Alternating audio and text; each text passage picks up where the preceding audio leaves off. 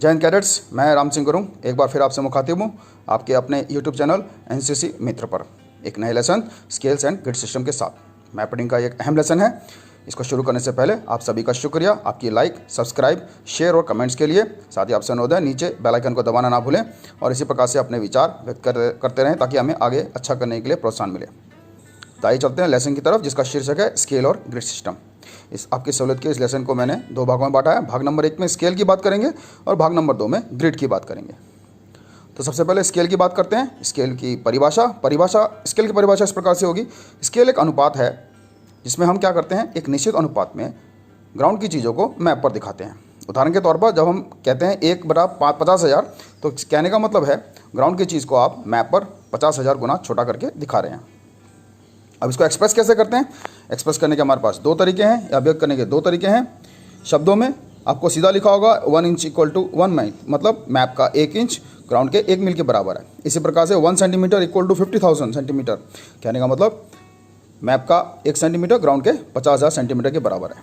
इसी प्रकार से कहीं पर आपको एज अ रिप्रेजेंटेटिव फ्रैक्शन या RF भी दिया होगा। RF यानी आपका फ्रैक्शन भी दिया होगा। इस प्रकार से नंबर में 1/50,000, तो कहने का मतलब है उसका ग्राउंड की मैप की 1 यूनिट ग्राउंड की 50,000 यूनिट्स के बराबर है। इसके अलावा आपको नीचे एक स्केल, कभी कभी आपको अब अगर मैप के नीचे देखेंगे तो मैप के नीचे आपके एक स्केल लाइन बनी होगी, जैसे कि इस प्रकार से।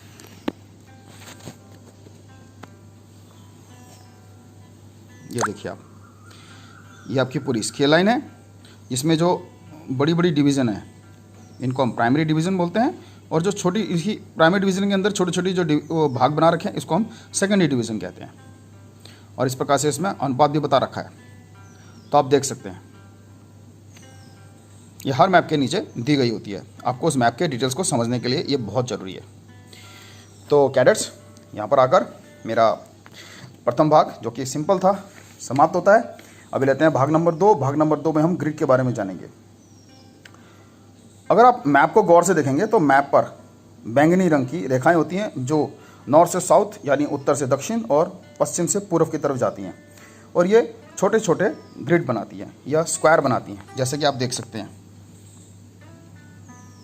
ये सब पूर्वी रेखाएं जो पश्चिम से पूर्व की तरफ बढ़ रही हैं, और ये सब जो हॉरिजॉन्टल रेज हैं, हॉरिजॉन्टल जो लाइन है, ये आपकी उत्तर की तरफ बढ़ रही हैं। तो ये मिलकर क्या कर रही हैं, ग्रिड बना रही है, जाल बना रही हैं। तो ये जो जाल है इसको हम क्या कहते हैं, इसको ग्रिड कहते हैं। अब इसका मकसद क्या है? इसका मकसद है हमें इसके अंदर की कोई भी जो चीज़ है उसका हमने रेफरेंस निकालना है। रेफरेंस निकालना है हमने 4 फिगर या 6 फिगर में। कहने की बात है, आप देख सकते हैं इसमें एक गांव है कर्मा। अगर हमसे कहा जाए कि इसका रेफरेंस निकालना है, तो इसका रेफरेंस निकालने के लिए हमें इस ग्रिड की ज़रूरत पड़ेगी। ठीक है, ये एक ग्रिड की वो तरीका है। और इसका तरीका क्या है, मेथड? इसका तरीका यह है, इसका हम इस प्रकार से निकालते हैं कि जब भी हम कोई ग्रिड रेफरेंस देते हैं तो वो इवन नंबर में होगा, सम अंकों में होगा, यानी या तो 4 फिगर में होगा या 6 फिगर में होगा। आप सभी को मालूम है 4 फिगर और 6 फिगर किस प्रकार से निकाला जाता है। जैसे अभी कर्मा की बात करते हैं। आपको कर्मा का लेना है तो आपकी बाईं तरफ वाली ईस्टिंग रे और उसके नीचे वाली नॉर्दर्न रे को आप इस प्रकार से मार्क कर दें। ठीक है, और इसका नंबर देखें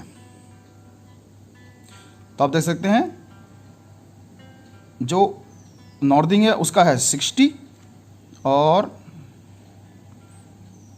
यहाँ पर आपका 30, 31, 32। तो इसका क्या है, इसका जो ईस्टिंग रे है वो आपकी 32 को आप किस प्रकार से लिखेंगे, इस प्रकार से लिखेंगे। ठीक है, और हमने उसका जो वो देखा था, जो ईस्टिंग रे देखी, जो नॉर्दिंग रे देखी थी वो थी 60।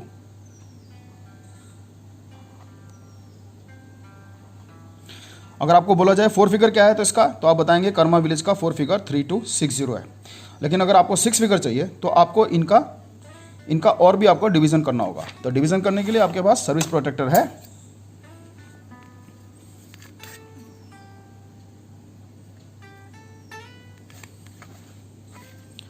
तो आप देख सकते हैं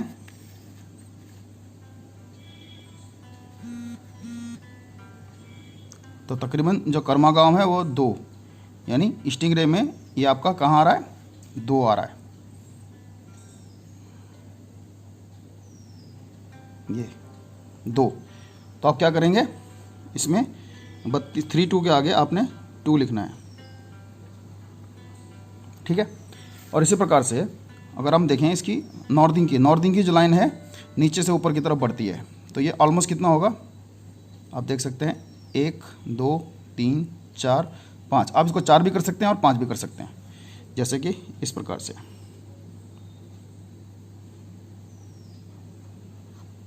तो अगर हमें बोला जाए कि इसका 6 फिगर क्या है, 322605, और अगर इसका बोला जाए कि 4 फिगर क्या है, तो आप बताएंगे 3260।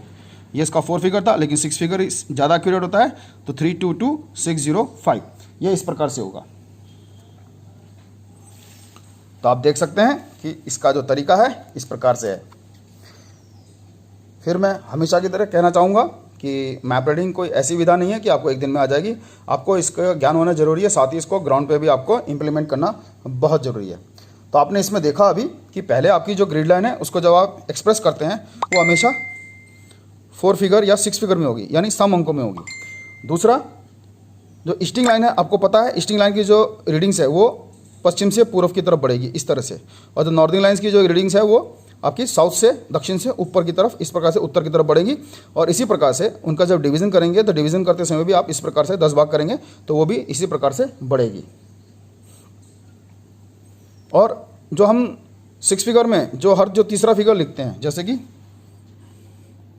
3 2 का 2 और 6 0 का 5, ये इनके हज़ार मीटर के डिवीज़न को शो करता है। 2 का मतलब है ऑलमोस्ट 200 मीटर और 5 का मतलब ऑलमोस्ट 500 मीटर, इस प्रकार से है।